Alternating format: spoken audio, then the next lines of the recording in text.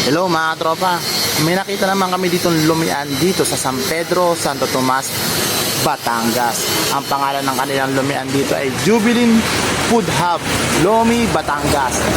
At ito po yung daan na to ay papunta po doon sa labas sa Kantuhan, sa may highway. At ito naman po daan na to ay papuntang Highland. Sa naghahanap ng Lomi, Batangas, dili lang are sa Jubilin Food Hub. Yun, no?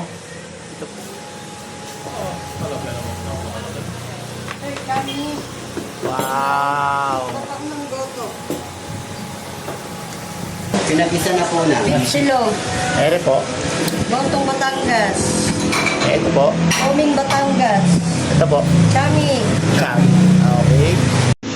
mga kanayon, kaibigan, halina pumunta na dito sa aming food house, Jubilin Food House, Barangay San Pedro, Santo Tomas, Batangas.